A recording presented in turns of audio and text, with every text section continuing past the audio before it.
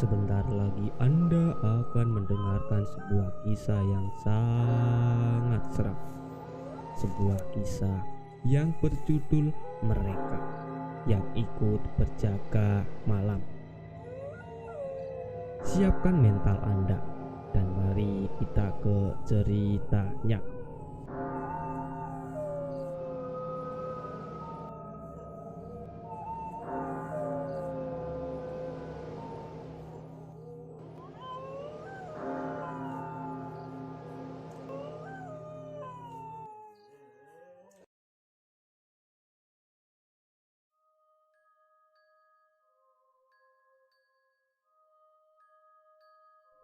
Cukup sulit menanyakan soal kejadian horor karena banyak yang skeptis soal kehororan di kampus.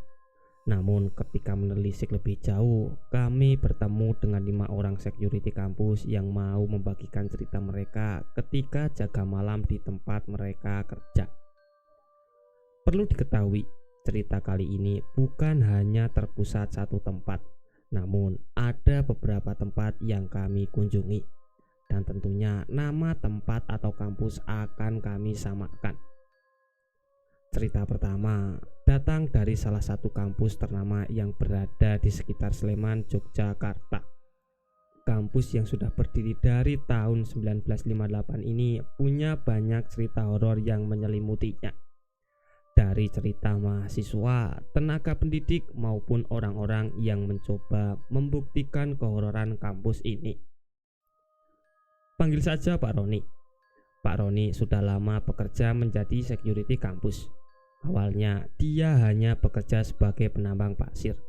Namun di tahun 2013 dia diajak oleh temannya untuk mengikuti seleksi menjadi security. Dan akhirnya mereka bekerja menjadi security kampus. Pak Roni bercerita banyak kejadian, dari kejahatan maling, kelucuan mahasiswa maupun kejadian horor yang ada di kampus ini. Mengulik soal kejadian horor, dia sudah merasakan ketika masih awal bekerja menjadi security. Pertama kali bekerja, Pak Roni bertugas seperti biasa, mengelilingi area depan hingga belakang kampus. Ketika dia berada di area belakang kampus, Pak Roni tiba-tiba mendengar suara keramaian di sebuah kelas seperti ada kegiatan perkuliahan, tepatnya di lantai 2. Pak Roni mencoba mendekat perlahan, penasaran bagaimana bisa ada kelas perkuliahan jam 11 malam. Pak Roni dengan perlahan menuju lantai 2, menaiki anak tangga sembari melihat sekitar untuk memastikan.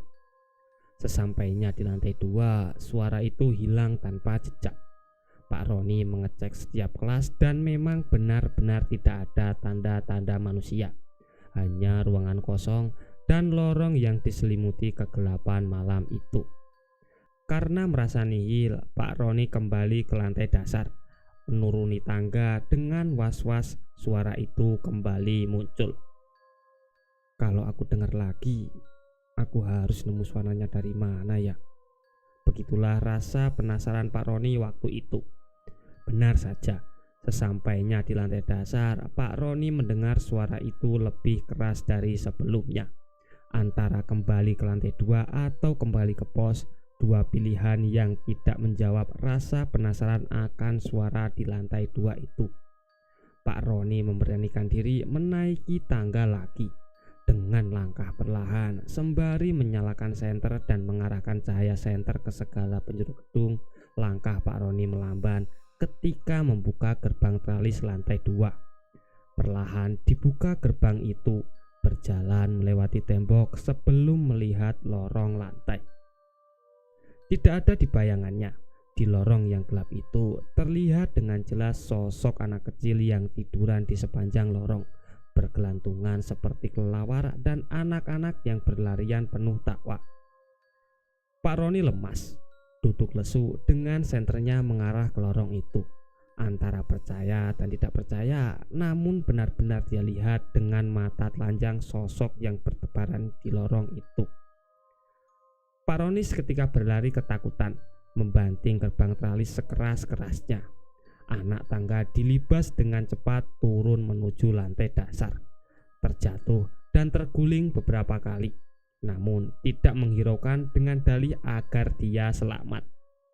Dia berlari dengan cepat menuju pos jaga dengan nafas tak beraturan. Teman-teman security lain yang sudah membaringkan badan heran kenapa Pak Roni tergopoh-gopoh dengan muka lemas penuh keringat. Dia menceritakan apa yang dilihatnya, namun respon teman yang lain hanya berkata, "Sudah, itu berarti kamu diterima yang jaga di sini." Dengan tertawa yang terbahak-bahak. Pagi hari setelah kejadian malam itu, Pak Roni merasa badannya lemas, bahkan merasakan panas di bagian dada setiap malam hingga 7 hari lamanya. Masih dengan orang yang sama. Kali ini Pak Roni mengalami kejadian tak kalah menakutkan bersama temannya yang sudah senior. Sebut saja Pak Rebo. Di tempat Pak Rebo bekerja ada salah satu gedung yang dianggap paling angker, tepatnya di sebuah gedung perpustakaan. Dari cerita satpam yang lain, banyak yang sering diganggu ketika berjaga di perpustakaan.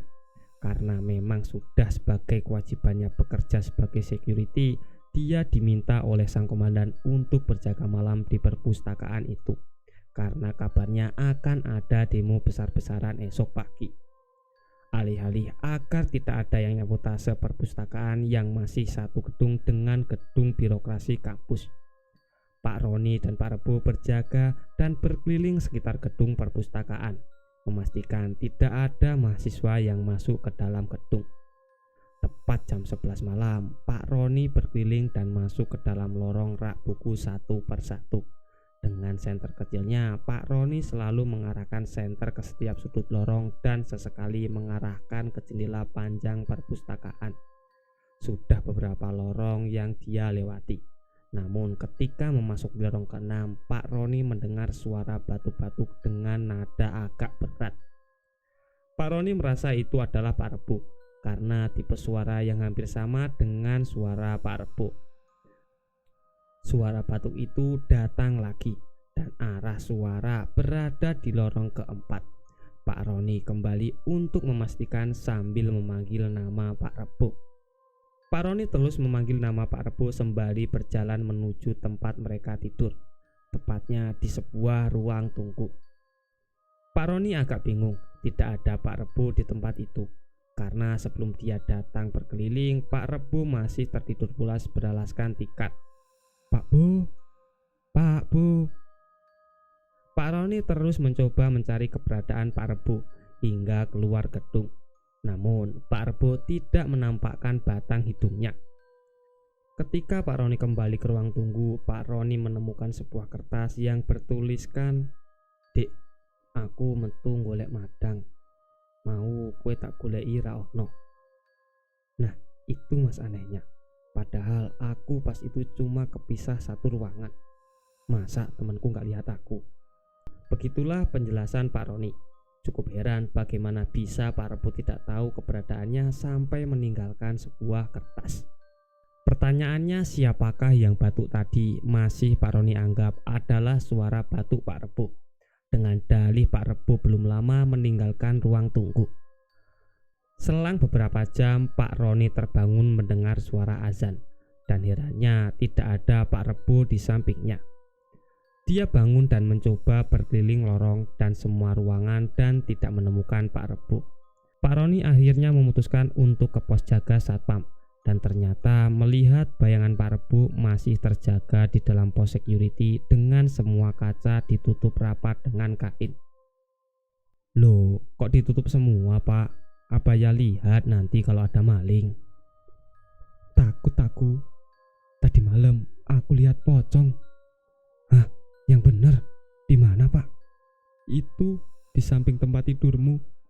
Ketika Pak Rebo kembali dari membeli makanan, Pak Rebo ternyata melihat Pak Roni yang tertidur dengan posisi memeluk sosok pocong. Awalnya Pak Rebo mengira itu adalah guling. Namun ketika mengarahkan senter ke arah muka Pak Roni, dia melihat sesuatu belahan hitam di antara guling putih tepat di sisi di mana saling berhadapan muka dengan Pak Roni. Pak Rebo mencoba mendekat dan terkejut. Ternyata belahan hitam itu adalah wajah yang penuh dengan belatung. Pak Rebo yang melihat itu langsung berlari dan memilih menyelamatkan diri daripada membangunkan Pak Roni.